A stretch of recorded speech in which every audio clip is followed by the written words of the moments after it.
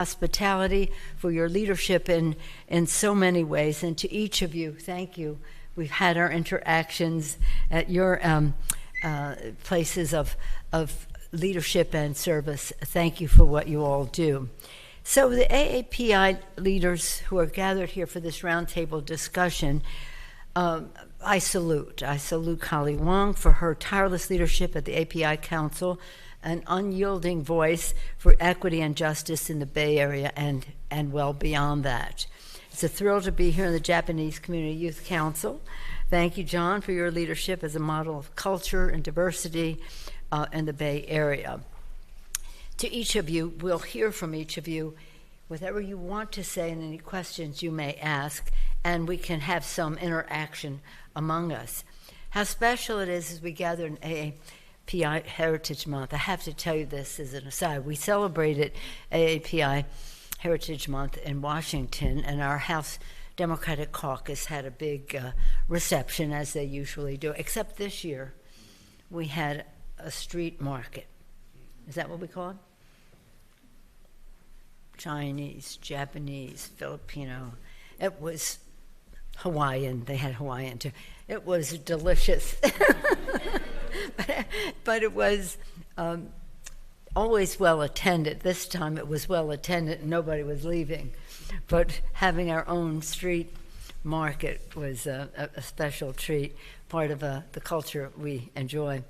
Asian Pacific Americans' entrepreneurial spirit, courage, and patriotism has strengthened the foundation of our nation and made America more American.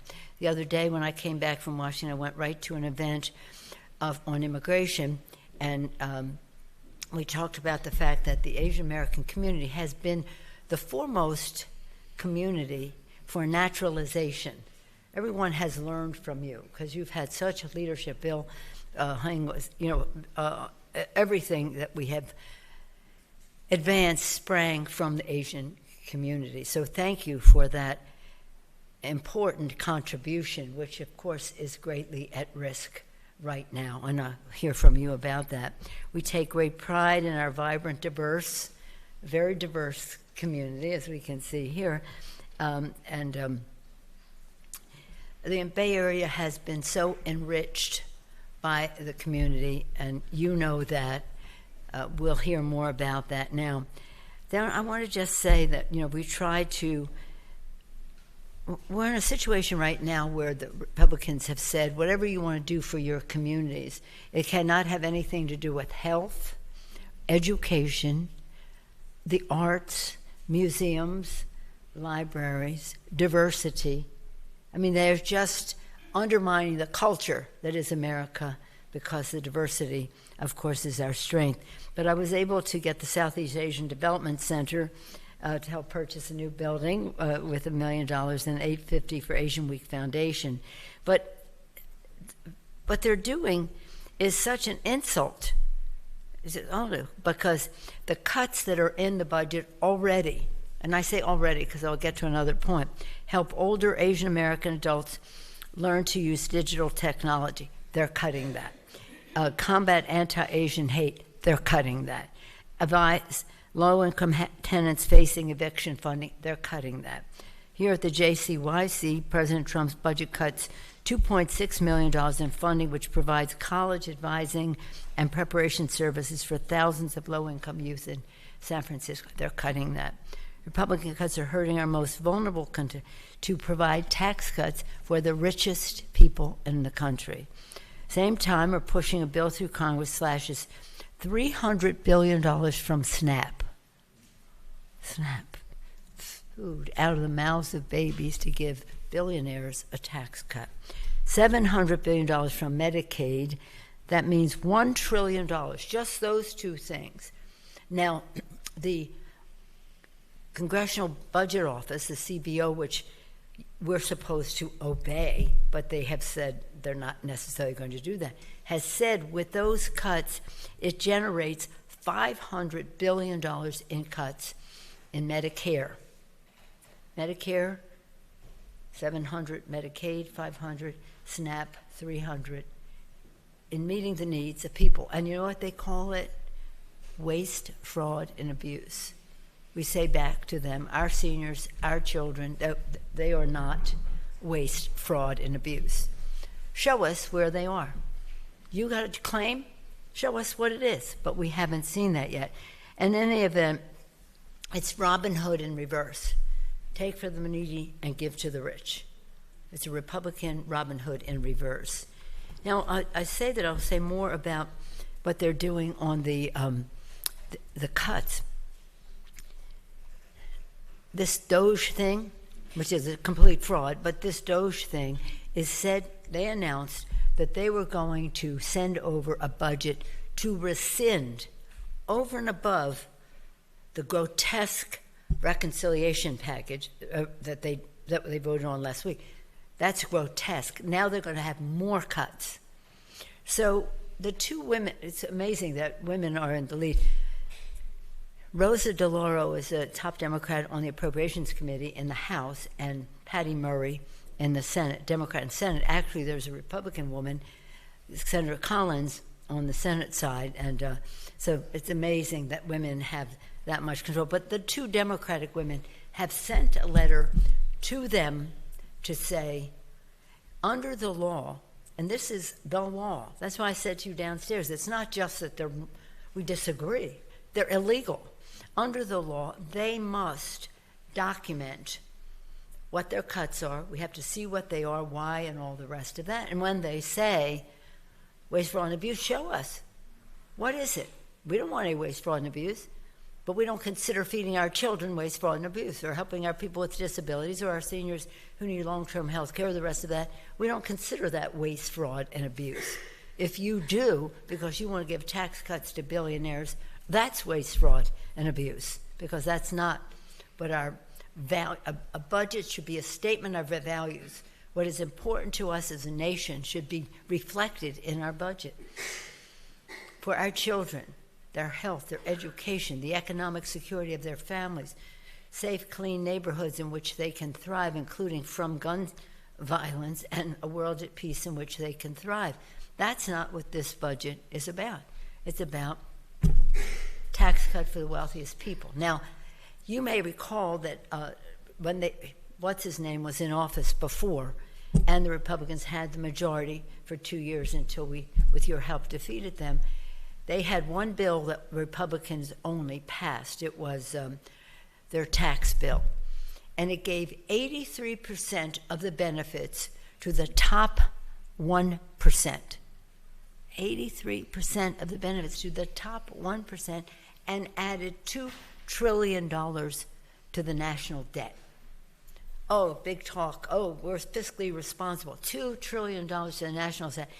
Not creating any jobs or anything, just a tax cut for it. This time, they're going beyond that. They'll probably add closer to $4 trillion to the national debt to give a bigger tax cut to the high end, while they cut SNAP food, taking food from the mouths of babies to give a tax cut to the richest people.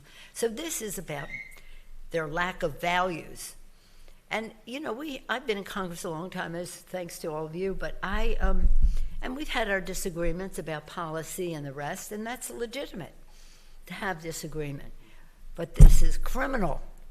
It's not only criminal, it's illegal in terms of what the law requires them to do. So, again, we don't agonize, we organize. And that's what we're going to talk about today. When we won in 2018, what's his name, was saying, Obamacare sucks. I'm just quoting him. He's crude. I mean, that's one of the less crude things he said. But anyway, Obamacare sucks. We said, no, it doesn't. It cures.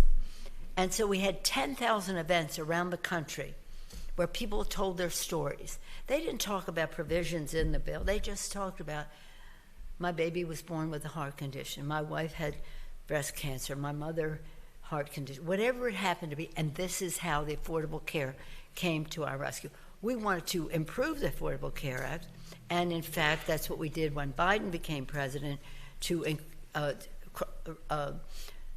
lift the threshold, or lower the threshold, but lift the amount of people who could participate. But they now want to get rid of all of that. So how we won in 18 was 10,000 was where people told their stories. And that's, we can only do so much inside maneuvering. The outside mobilization, know your power in all of this.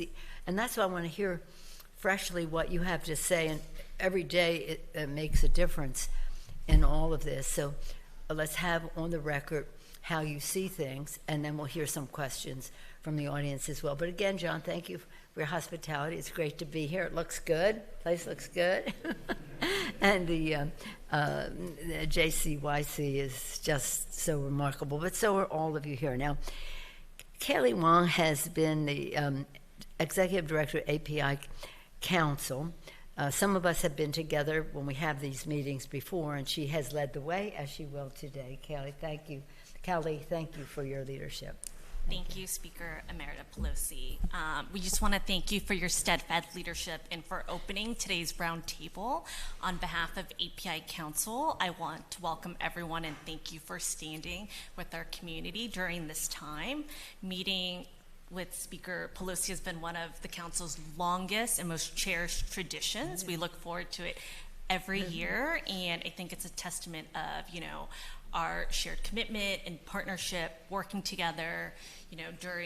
Before COVID hit, it was, with Speaker Pelosi that we all got to walk down Chinatown hand in hand to, combat various, forms of hate and, what was happening within the API community and across, the country. And, as we celebrate APA Heritage Month, we, get a chance to kind of celebrate and honor our histories and contributions, but it's also a time where we face, various challenges today. And, at the same time, we're witnessing really troubling times in San Francisco. Just, yesterday there were reported ICE raids where 4 folks were arrested in immigration court. But it is also, we look forward to working with you to really address these challenges. And to add on to, facing challenges, we know that under the most recent bill, Medicaid is being cut, and that impacts all of APA Council's members whose, clients that they serve. And especially in San Francisco, 1 in 3 San Franciscans are on Medicare or Medicaid, and that is a big impact to San Francisco itself, let alone California. So with that, I want to open it up to our panelists. I want to introduce in order some of the speakers today. We have John Osaki, Executive Director of JCYC, Dr. Jen Zheng, CEO of Chinese Hospital, Lance Thoma, CEO of San Francisco Community Health Center, Tammy Hong, Deputy Director of Chinatown Community Development Center, Luisa Antonio, Executive Director of the Baihan Equity Center, and Judy Young, the Executive Director of Southeast Asian Development Center. So we'll have our first panelist, John Osaki, start us off. Well, Speaker Emerita, it is really our pleasure and honor to welcome you here to JCYC. And maybe very appropriately, our organization was started by students who were active as part of the civil rights movement in the 1960s. And I really appreciate your comments, your opening comments, because I do feel like we're living in a country that I don't recognize anymore. That may require a revolution, just like the 60s, because so many of those who have less, who are low income and trying to live the American dream, are being targeted for so many just outrageous reductions that I can't even begin to explain how I feel in this moment. And I was very grateful I had an opportunity to introduce you to some of our college access staff here, because we've had the great pleasure since 1980 to be an organization through federal TRIO funds to support young people in being the first in their families to go to college. And we estimate that over that time, we have had the great privilege to support upwards of 60,000 students to become the first in their families to enroll and graduate from college, and thank you. And as I'm sure you know, those young people with a college degree will earn, close to $1 million more in their lifetime than somebody without. And that is generational wealth. That is allowing people to find a place in this country where they can build assets and wealth, that they can live a good life in this country, and that they can pass on to their heirs. And that is what the president's budget proposal is robbing this country of. And it's students, obviously here in San Francisco, but across this country. And these programs were started to combat the war on poverty in the 1960s. And unless I miss something, poverty hasn't gone away in this country. And in fact, for a lot of communities, it's only gotten worse. And so we are counting on yourself, your colleagues in Congress to work with us and find a way to fight this and to hold off this agenda that is just making this country about the haves and the have-nots. And it is frankly heartbreaking to watch the news these days. And, you know, we're about to celebrate our 46th anniversary of providing these services to help young people to go to college tomorrow. And, you know, it's at the backdrop, though, of what's looming in Washington, D.C. So I just want to say how grateful we are that you're here, that we have you as an ally. You may not remember, one of my first acts as executive director 29 years ago was to honor you at our 37th anniversary. And yes, so we have had... That's why I'm here. So, you know, we have just cherished our relationship with you, and we look forward to the fight to come. Thank you, John, for your eloquent presentation of the challenge that our country faces. Thank you. Thanks, John. Next up, we have Dr. Jen Zhang, CEO of Chinese Hospital. Thank you. Thank you, Speaker Pelosi, for your decades of unwavering support to our community. And thank you, API Council, for bringing all of us together during this difficult time so we can talk about this important issues going on. So I'm Jen Zhang, CEO of Chinese Hospital, the only independent community hospital left, not just in San Francisco, it's in the San Francisco Bay Area now, because last year, St. Rose Hospital became part of Alameda County system. And this were many independent community hospitals closed during the pandemic, and a lot more will happen if we don't do something about it. It's very sad. So for Chinese Hospital, for over 126 years, we have stood as both a medical and cultural anchor for generations of immigrations and underserved families, and especially those with limited English proficiency and those with no insurance. And so we are not part of a large hospital system. We don't have the bargaining power like other huge systems. And we don't have the economics of scale that many health networks enjoy. However, we are here, continue to provide high-touch, culturally competent care to thousands, especially during times of crisis, like the bubonic plague in early 1900s, and then recently, COVID pandemic. And so, in 2024, we serve 92% our inpatients, 92% are Medicare and Medi-Cal. So every dollar we spend to take care of Medicare and Medi-Cal patients, and this is California Hospital Association data, and we received 75% for Medicare patients, 74% for Medi-Cal patients already, without the cut, right? So we are doing fundraising constantly, right, to try to raise funding to subsidize the loss. And so with this cut, and can you imagine, right? So, and in addition to that, Chinese Hospital, our discharge rate is actually 65%. And because we have less than 100 beds in a metropolitan area, so this rate is capped at 12%.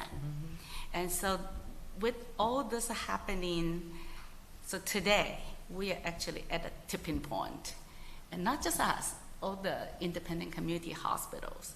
So federal funding cuts and reimbursement policies are definitely eroding our financial stability. And rising labor costs went up to 16 to 18%. Medication costs went up 41% compared to pre-COVID. Right. And then inflation. So all this add to the cost side of healthcare. On the other hand, Medicaid hasn't increased the rate in more than a decade, right? Now we're talking about further cut. And so it's tough. Yet during the pandemic, Chinese hospitals acted swiftly and decisively. As a result, San Francisco Chinatown, despite being the second most densely populated area in the nation, we remained one of the areas with the lowest infection rate and death rate. And that success was grounded in community trust, right? And then the early action and culturally responsive care. But trust doesn't pay the bill. So we really, really want to continue that culturally sensitive care. This is not just about Chinese hospital. It's about the future of independent safety net institutions that serve both as the first responders and last resort for millions, especially in the AAPI communities. So today, I sincerely ask for your support and your colleagues' support in the 3 areas that we really need to restore and expand federal funding for independent community hospital so we can save those independent community hospitals. Otherwise, with all large health systems, our healthcare spendings are gonna go up, right? So obviously. And another thing, we have to reform reimbursement rules to support culturally appropriate care and language access. Yeah, and the number 3 is to invest in developing AAPI health leaders and clinical clinicians. So our story is one of resilience, but we cannot sustain it through perseverance alone. So we need policy support and to keep our promise of health access and health equity alive. Thank you very, very much. Well, thank you very, very much. We start largely with education. We'll go into healthcare. And what's important to note is when they take this money from Medicare, especially now Medicaid, even if you're not on Medicaid, but you go to a hospital that is sustained by Medicaid, that hospital can disappear. You won't have a hospital. So it's not just the Chinese hospital, as you made the pitch for independent hospital, the pitch. You spoke beautifully about the independent hospitals, but what we're saying to people is in rural hospitals and urban hospitals, just because you're not on Medicaid doesn't mean your hospital isn't going away because this funding is so essential. Thank you.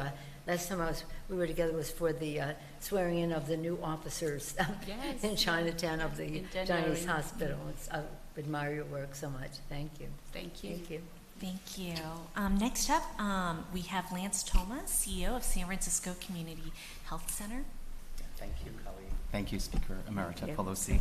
I just want to thank you for your support of our API Council year after year, your support of the HIV community since the 80s, and your support of our health center. You know, as you know, we were API Wellness Center for many years, an HIV API organization. Beautiful. He knows I visited there. Yes. We hosted you several years ago. And then we became a federally qualified health center, which was incredible for us in terms of that transformation. So now we've been an FQHC for 10 years. And in that capacity, we serve 5,000 patients. 95% are Medi-Cal patients. Over a third are homeless or marginally housed. 25% are trans or gender nonconforming.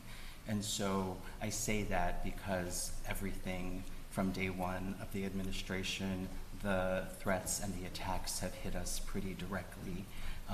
From day one, the executive orders on DEI and gender ideology we were threatened with those executive orders, and on February 1st, our CDC funding was terminated because of the executive order on gender ideology, which then led us to actually engaging in a lawsuit. So this was the first time ever that then Lambda Legal represented us and 9 other organizations, LGBTQ, HIV organizations across the country, 3 of them here in San Francisco. And the San Francisco AIDS Foundation is the lead plaintiff. We were in court last Thursday, and we are awaiting the judge's decision on our preliminary injunction. And I guess I just want to say that because we didn't know what it meant to be in a lawsuit, but what we learn now is that an existential threat to us and so many people of color, API, LGBT organizations, will not survive this administration if we don't fight in all of the ways that we need to fight and how we need to learn to fight back. And never before have I seen such a vicious attack on our healthcare infrastructure serving the most vulnerable and marginalized. When I read the executive order on gender ideology erasing trans people from existence at the federal level, it was abhorrent. It made me frightened. I didn't know what to do. And I think we're watching, of course, these Supreme Court cases around Scrimetti and Braidwood. Braidwood we've been watching for so long because that can dismantle Obamacare at its roots, preventative mandates. And so we are doing everything we can to ensure that we're monitoring that. And all that to get to what we're seeing again and again, and what you just referenced here about the Medicaid dismantling. When we look at just you think work requirements. It's just work requirements. When we think about my 95% of patients that we serve, many of whom are struggling with housing. We're trying to get them into behavioral health care, substance use care. We're dealing with our overdose epidemic here in the Tenderloin. Healthcare is critical to get people then to work and to get them into housing and all of that. To take away that from the get-go is actually such the wrong way. We're trying to build healthier communities, and Medi-Cal, Medicaid is what has been a lifeline for so many of our patients. And then of course the penalizing of states who are taking care of undocumented folks here in California. It's so critical. We're going to see some pain even in our state in terms of the rolling back of support for the undocumented community here in California. And then what I will say is the gender affirming care piece is of huge concern. What we saw in the manager's amendment to the big ugly bill, which I appreciate your staff have helped me to rethink about this big ugly bill, which it is. What we saw was that gender affirming care will be prohibited across the board in terms of what we saw in terms of the amendments. And so I guess that's where I'll end you. I think we are so frightened. LGBTQ health centers, HIV organizations across the country, for gender affirming care to stop means that, of course, we just know that Medicaid and people will lose their lives, they will lose health care, and then for trans people to be erased and then to not have any care is just terrifying and terrible. And we're doing everything we can to ensure that we can figure out, in the worst case scenario, because we're just hearing that the White House is on the attack. And is sparing, taking no prisoners, and nothing is sacred. And when we think about the most vulnerable folks, I really feel like our trans community is right there, and to attack them and to take care that is so life-saving away, so we're doing our best, and we look to you and everyone in leadership to figure out how we can ensure we protect. Well, thank you, and I thank you. As you know, we were together during COVID, and the attention that you paid to the LGBTQ community at that time was so impressive. Here's the thing, a couple of things. The cases, we've won 95% of the court cases. 95% of the court cases. That doesn't mean it's over. That doesn't mean it's over, but at least if we're calling them on it. Our leader, Hakeem Jeffries, he will be speaker in a matter of a year and a half, but in the next 4 or 5 months, we want to make sure that the Republicans understand their jobs are at risk. That if they've come here to take food out of the mouths of babies, we want to take jobs out of their caucus. Here's the thing, because you mentioned the court case, you mentioned work requirements. When I spoke on the floor on this bill, I talked about this. They said if a mom or parent's child becomes 7 years old, they have to go to work to stay on Medicaid. 7 years old. A 7-year-old child cannot be home alone. If a 7-year-old child, I told them a story of a woman who told us that when her child was sick, she couldn't pay for health to have somebody to care for her. She couldn't take a day off from work because she couldn't afford to do that. And if she took too many days off from work, she'd lose her job. So what did she do? She put her sick child on the school bus to go to school. And that's what they're talking about when they talk about you must leave home if your child is 7 years old. These people who are talking about whatever they're talking about family life and the rest of that. So the court cases, the work requirement, and the work requirement, most people on Medicaid do work. So it's not even it's like, what are you talking about here? It's just a gimmick because it plays out there. But they cannot, these people who are not working for a reason. And they call that waste, fraud, and abuse. So thank you for that.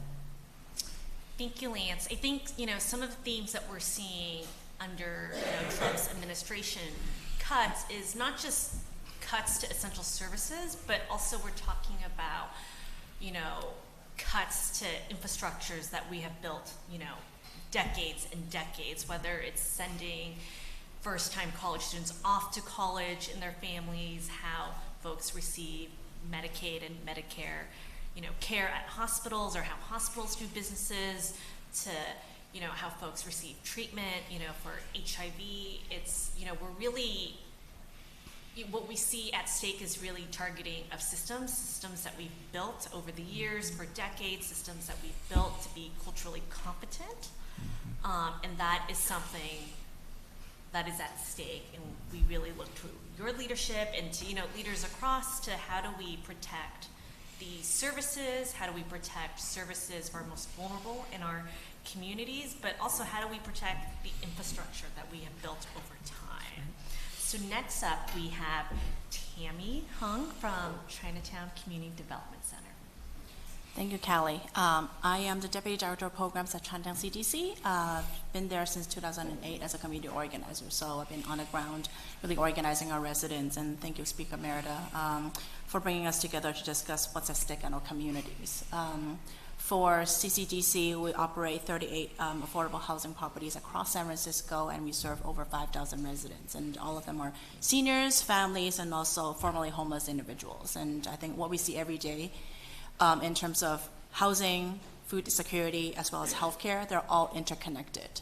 All of this, any safety net program cuts would affect and have a devastating impact on everything else that are in our daily lives and our residents. We're especially concerned about the proposed cuts on the housing subsidies. What we're seeing is that a 10% cut to operating subsidies would be devastating to all of our properties across the board. And it will have a deep impact on all the low-income communities that we serve. For the single-room occupancy residents that we serve, and we're lucky enough to actually get Section 8 housing and housing voucher programs, over 80% of them still relies on Medicaid. And for the single-room occupancy families that are still living in Chinatown SRO buildings, over 90% of them still relies on Medicaid. We've had numerous families coming to us after watching the news, worried about all the safety net programs being cut after watching the news. We have a mother that is receiving cancer treatment, has 2 young kids, and a disabled father in the family. We have a single mother who's relying on SNAP to care for his 12-year-old. All of these are just stories that we are seeing now because people are just so worried about what's happening on the ground and the uncertainty that's out there. We're already seeing the impact of delayed or reduced federal funding across the board. First of all, on the continuum of care, which is a funding that actually funds our supportive and transitional housing that constitutes $50 million in housing programs in San Francisco. We're seeing 25% cuts at our properties.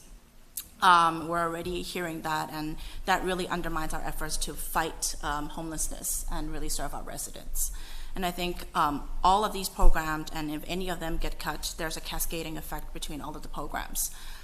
When people lose this Medicaid, they get sick, they can't go to work, they can't pay rent, and they lose housing. And so we really hope that, with the Congress and also with your support, we'll be able to really preserve a lot of these programs so our residents doesn't have to choose between whether or not they get fed, whether or not they need to pay for housing, or whether or not, they can get the medicine they need.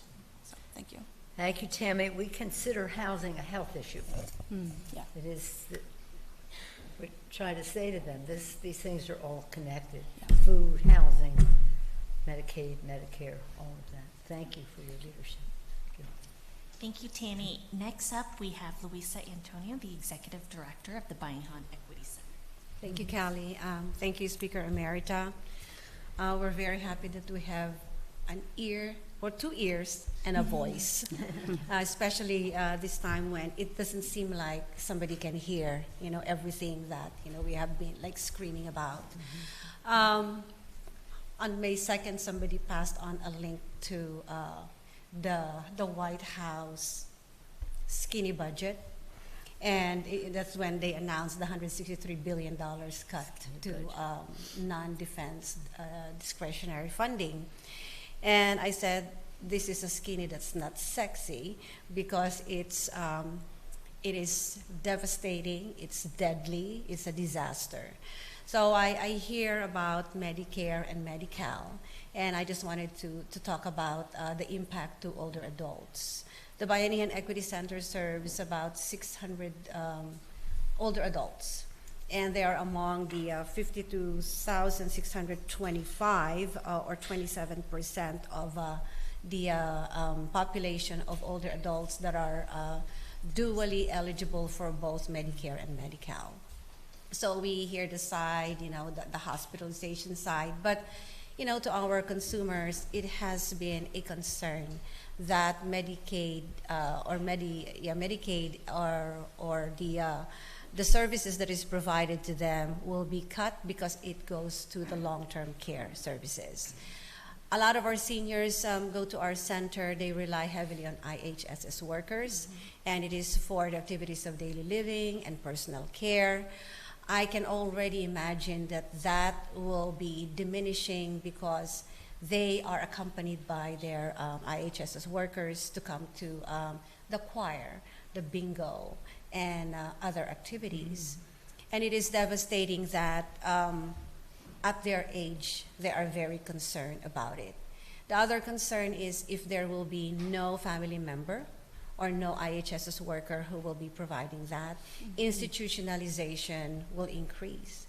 And even that, if funding for that will not be sufficient, I can already see the disaster coming.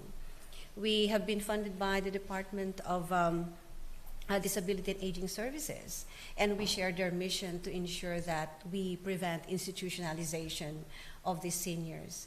But with also the cuts in Medicare and the lower reimbursement rate, it makes it more difficult for our seniors to get their services on a timely manner. They probably will have to travel far to get their services. And pretty much, again, these seniors will not be able to access, medical services. And at this, at their age, this is not how we honor and take care of our older adults. So, all in all, you say, because at first I saw it's so easy to agonize. But I think with your leadership, I think we need to get organized to fight it. I know it's going to be difficult, but there's really no other choice. We can always operate on the organizational name Bayanihan, where we come together. But Bayanihan can only work if we have the support of our government to ensure that our seniors are taken care of, they live in the community, and they are not institutionalized. Thank you. It is about changing the character of America, the culture and the character of America, in addition to the impact it has on individuals. But that's not who we are, as you say, to honor the work of our seniors for the contributions they have made. So. Thank you, Louisa. And we have our final panelist, Judy Young from the Southeast Asian Development Center. Thank you, Callie. Thank you, Speaker Emeritus Pelosi. I have two thank yous to you. The first one, I want to thank you for recognizing that this month is the AAPI Heritage Month.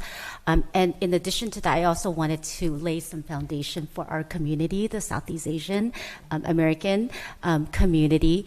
On April 30, 1975, was when over 2 million refugees from Vietnam, Laos, and Cambodia left their countries. They fled their countries, went to refugee camps, and then resettled in the U.S. Many of the folks that resettled in the U.S. settled in poverty-stricken communities. That's where our center was formed. We were founded in 1977 in the Tenderloin. I myself am a former refugee from Laos, so I've also went through the programs at the center of Southeast Asian Development Center.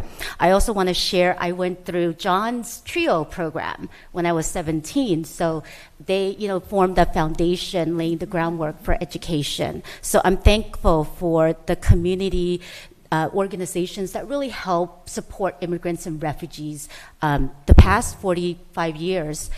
The second part I want to be thankful for you is the grant that you have provided to the Southeast Asian Development Center to purchase and renovate a building. I want to share what the grants will go towards for the organization that you've helped to make it possible. First, the grant will support bilingual, bicultural therapists to provide culturally appropriate on-site counseling to immigrant youth, adults, and elders impacted by war and refugee experiences acculturation, poverty, and racism. It'll provide job training, workshops, and re-entry services to adult immigrants without high school diploma. Many of our adult male and female over 40 do not have a high school diploma. They are struggling to find jobs. They'll be able to access housing opportunities, retention, and displacement prevention. Our youth development programs will emphasize graduation from high school, college support, and career development. We'll also refer, connect, and link basic needs, health education, and economic assistance for our most vulnerable, our seniors, and our hardworking family. So that's an example of what the grant and what HUD and what the federal government will support our program. And we want to continue to highlight that.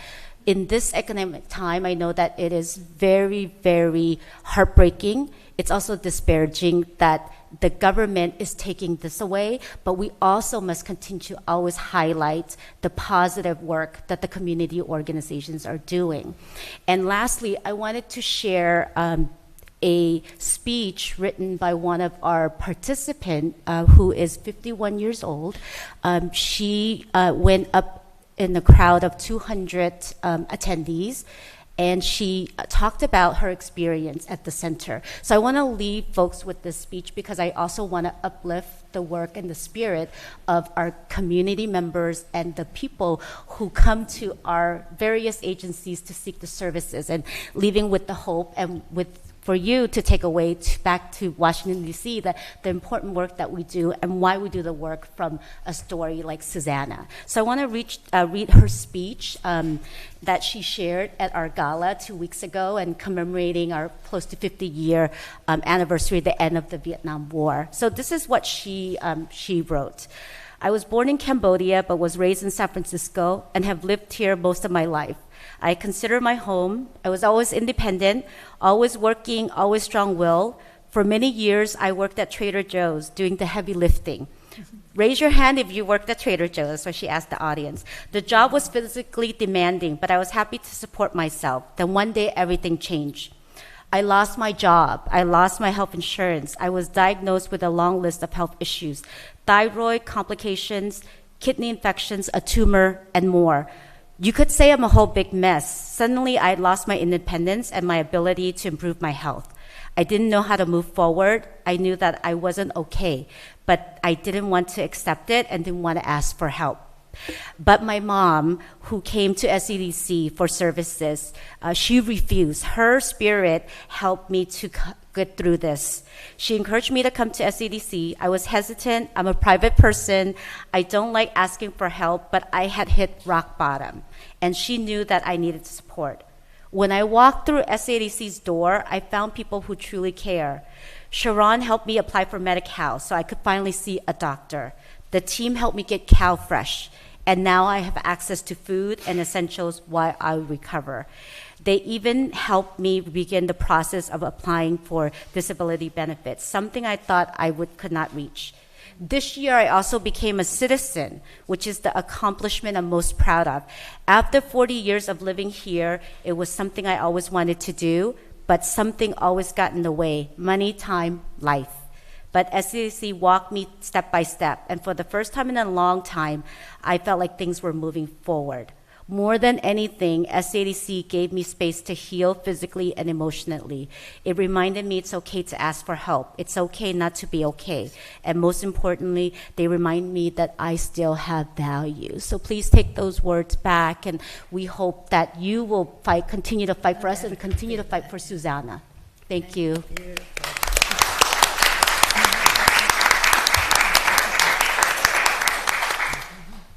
It's so beautiful.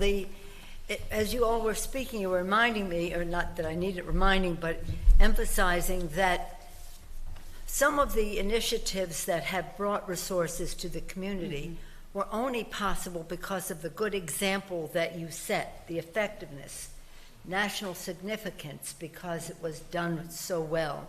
So you have made public policy better by the grassroots work that you are doing. I'm sure, I know that that's a beautiful statement about SCDC, but I'm sure each of you have stories like that to tell. And that's really important. If there's one thought that I want you to leave here with, is the outside stories are what change the public policy. That's how we save the Affordable Care Act, with stories and the rest. And the thing is that people have an impression, or some people give them the impression, that some of these issues are about poor people. That would be justification enough. If we're talking about Medicaid and saying it's just for poor children, bravo. But it isn't. It's a middle income benefit as well for seniors who need long-term health care, because that's what Medicaid pays for. And for people with disabilities, whether they're our veterans or our grandparents or whatever, it is about that too. So it's not just about the poor. As I say, that would be justification enough. But it's broader than that, and the impact on these cuts is going to be broader than that. But when they go out to sell it, they make it like people don't want to work, and so they have this part, and it's, so we're dealing with something that is very evil. This is not just disagreement about policy. That's legitimate, and that's part of the democracy. This is cruel and evil. And again, Lincoln said, public sentiment is everything. With it, you can accomplish almost anything. Without it, practically nothing. But for public sentiment to prevail, people have to know. So you're telling your stories, your experience, from your organizations, but also the personal stories of people speaking out. We have a whole phone operation calling into these Republican districts to say, don't vote for this bill because this is what it means in a person's life. So hopefully some of you will join us in calling. Not, if you live here and you call me, I love hearing from you, but that's not the point. The point is for you to call friends in Republican districts and have them call and say, this is how it translates into into people's lives. That's how we save the Affordable Care Act, and that's how we're going to have to fight this cruelty. It's really very hard to even explain the motivation that people have when they go to the floor and say, God put us on earth to work, and therefore we can eat. If we don't work, we can't eat. We're talking about little children. We're talking about seniors. What are you talking about? And as I say, they pray in church on Sunday, and they prey on people the rest of the week. And this is what it has come to. And that's why elections are important. But it's also important that the truth prevails, and you are bearers of that truth. I thank you. Do you have any comments about each other's statements?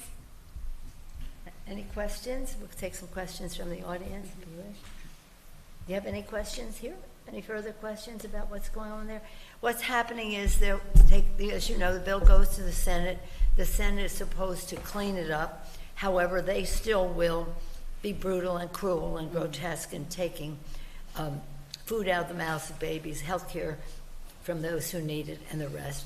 So don't expect any good thing to come from the Senate. Something may be better than this, and that would be easy to be better than this because it's terrible. But again, the more they hear, the Senate, we have a little better chance because the people who are in the House represent largely MAGA districts.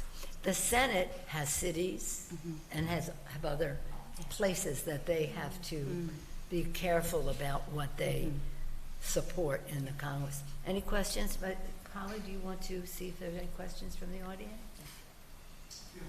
We have a question. Thank you, Speaker Pelosi. Really appreciate your meeting with us. So my name is Lori Yamaguchi. I'm the Vice President of Japantown Task Force.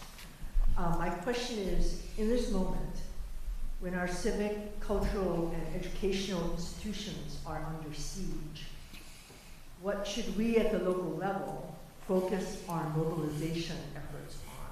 And I've heard you say, don't agonize, but mobilize. So I'm asking, what do you think we should focus our local mobilization efforts on? Thank you so much for your question. It all then comes down to outside mobilization. In mobilizing, and of course I was former chair of the California Democratic Party, so this is kind of what I love to do.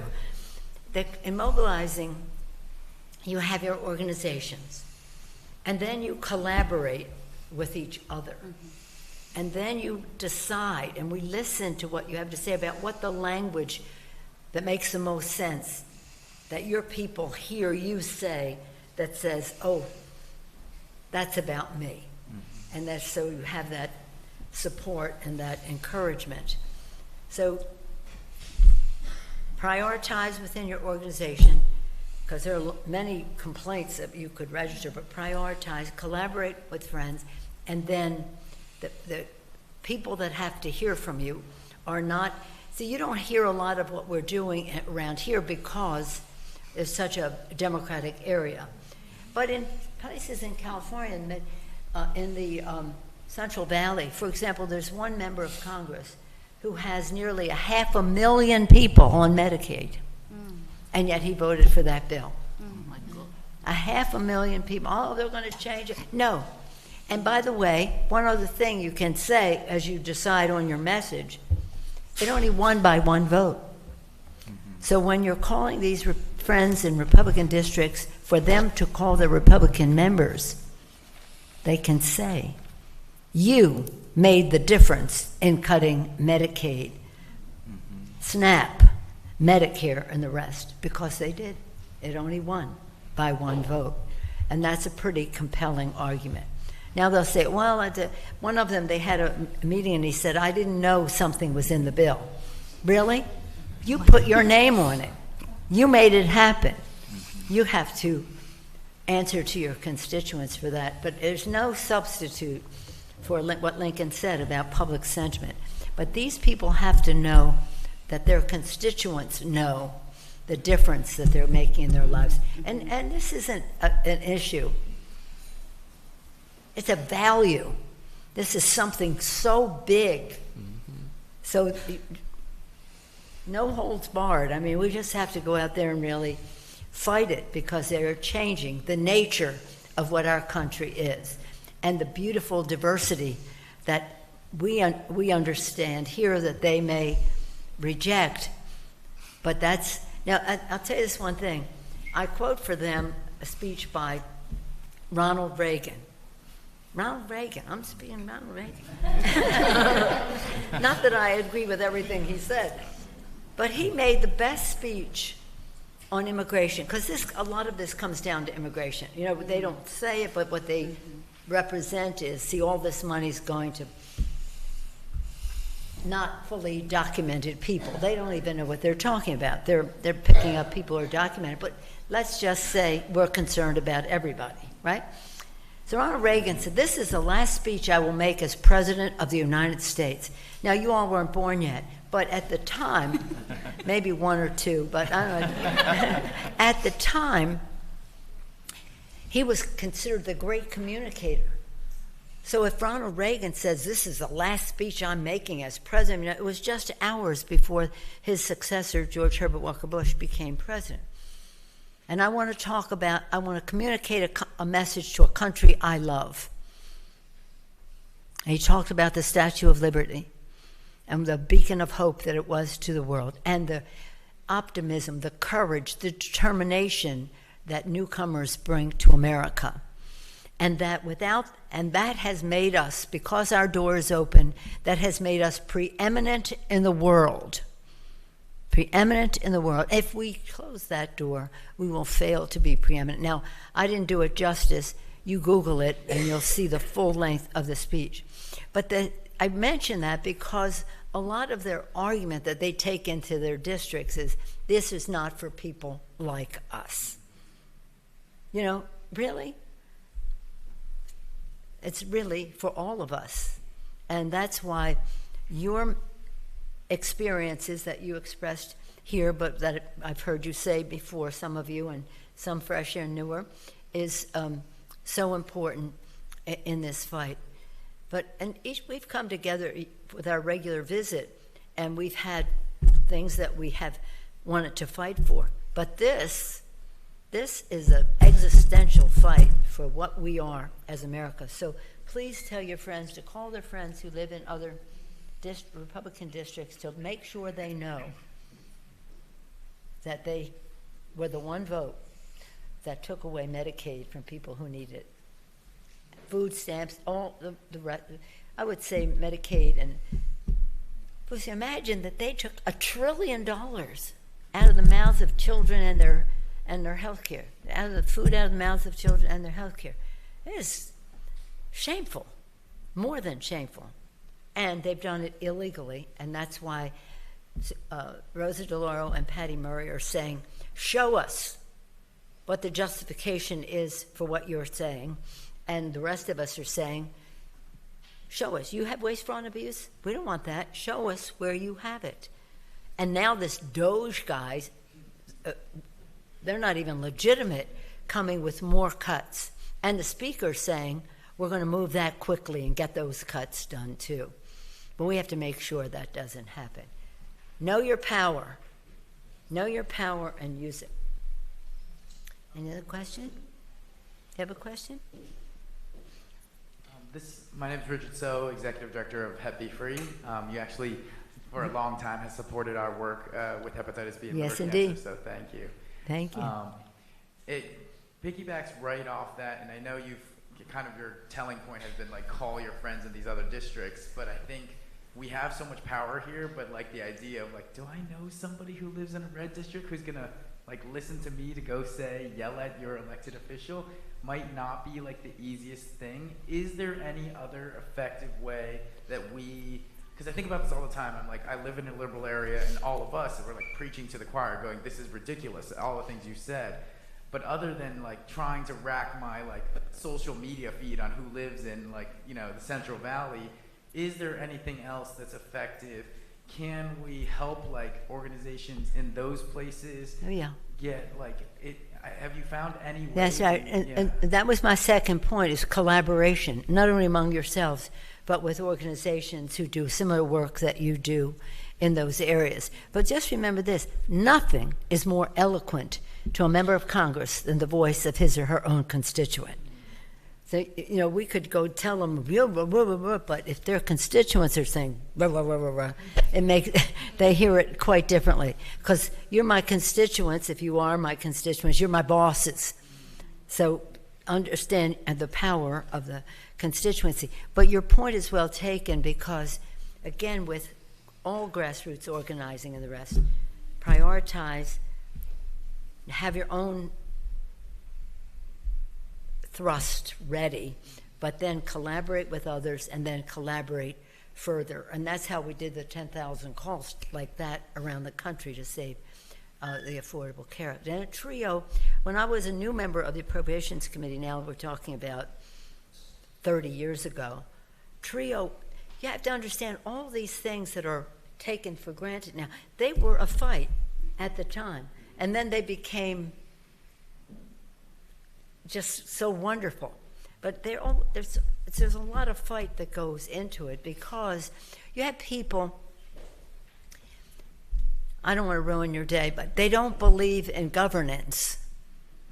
So my view of what they're doing is not only are they cutting Medicaid, Medicare, SNAP, and that, they're trying to erase governance, the public role, because they don't believe in governance. So it's like an engineering that they're doing, and they're saying they're allowing us to say, "Oh, they're giving a tax cut to the rich." Yeah, that's what they're doing, and that's wrong. It's not our values, but that's wrong. But at the same time, they want to eliminate. They never were for Social Security. They never were for Medicare. They never were for Medicaid. They never were for SNAP. Understand that. I mean, just because it is there doesn't mean they ever voted for it. We had Lilly Ledbetter. You know, this whole thing about Lilly Ledbetter and women's. 3 Republicans voted for it. We had the PACT Act for our veterans. 34 Republicans voted for it. That means 180 some voted against it. 3 Republicans voted for Lilly. So don't think that any way that they share our values. It's just that we're a giant kaleidoscope. And sometimes we can find common ground. To get 3 votes or 13 votes for the infrastructure bill. So we always try to be respectful. But this is a different story now because it's a values debate. It's not an issues debate. It's a values debate for our country. And they have no qualms about taking down these things because they weren't for them in the first place. So our only hope for some of this is what happens at the Supreme Court, which is gone rogue, but nonetheless, let's just hope that there's some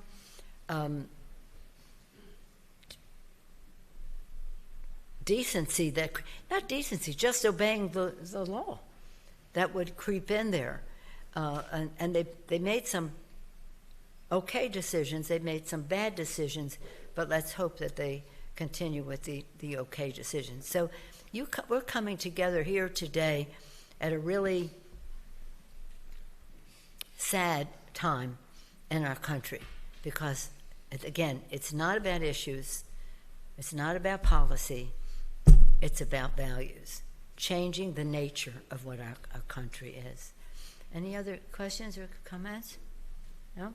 Did you have one? I think we have one more from the audience. Dean? Yes, right.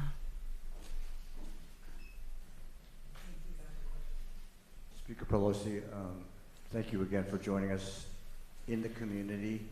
There are very few federal officials that come to where we work and live, and you have consistently supported the API community and all the communities of color in the Bay Area.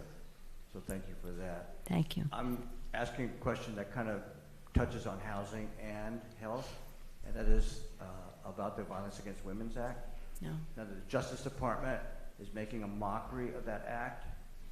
We're seeing it on a local level by cuts to domestic violence shelters, to prevention and intervention programs, is there, especially for communities of color and the API community, are there any plans on the part of Congress to right the ship? Is there some enforcement that Congress can engage in? Because this is a congressional act. Yep. This is not a presidential That's exactly executive right. order. No. So we're hoping for some words of wisdom from Congress regarding salvaging what's left of VAWA. Okay, well, here's the thing. The Violence Against Women Act, again, I was there when this became the law. Guess who was the champion in the Senate? Joe Biden. When we passed the bill, he was the leader in the Senate. And of course, we had our leaders in the House. And then I was an appropriator, so then we had to fund it. Then it has to be reauthorized. And I tell you this story because you should know. When we had the reauthorization under President Obama, it hadn't been, it had expired. The authorization had expired, and the Republicans, they took control during his presidency, and it was like over 500 days that they would never bring the bill to the floor. Finally, they passed it in the Senate. It wouldn't have been the bill I would have written, but it was good. It wasn't great, but it was good. So we said to the Speaker, the Republican Speaker, bring the bill to the floor. He wouldn't bring the bill to the floor. So then they said, we have our own bill, and this is what I want to tell you. We have our own bill. We are against violence against women unless you're an immigrant woman, an LGBTQ woman, or a Native American woman. Then we don't have any violence against women protections for you. We said, how on earth can you even bring a bill to the floor like that? Republicans voted for it massively. It was their bill. If you're an immigrant woman, especially maybe documented, undocumented, documentation expired, whatever it is, you're probably one of the most vulnerable people, right? Forget that. LGBTQ, trans, whatever. And Native American women, forget it. They had, if they get attacked on the reservation, then they can't take it to court. We changed it so that they had rights in the courts and all that. But we got a few Republicans to vote with us so we could pass our version of the bill. But imagine, so don't think there's any, shall we say, normalcy or shared values. It's always a fight. Almost everything is a fight. But the hope is that with public awareness that we can, the public rules, but they have to know, as I said, they have to know. So I appreciate what you said about the calling of a friend and stuff, but if enough people do that, and the Congress people hear from enough people, it will make a difference. But to your second point, the collaboration has to be from one organization to the next, and then with your corresponding agencies in these districts as well.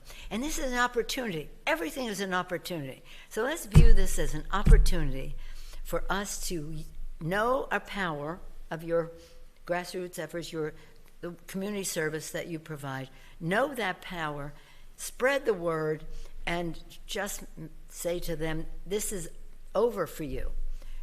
Yes, sir. You want us to end? Speaker, no, I just wanted to open up to press questions. Oh, okay. Any press questions? I don't know if he was telling me to be quiet or whatever. They're all good. Any press questions? No? Okay.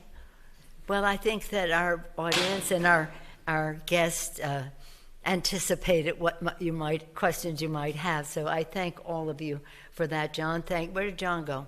Well, anyway, let's thank John and his hospitality here. And Holly Wong for her leadership of API. And all of our speakers who do remarkable work. visited almost every one of them and know their work firsthand, and just was so proud to hear. Here comes John. We just applauded him. But thank all of you. Thank you. Again, know your power.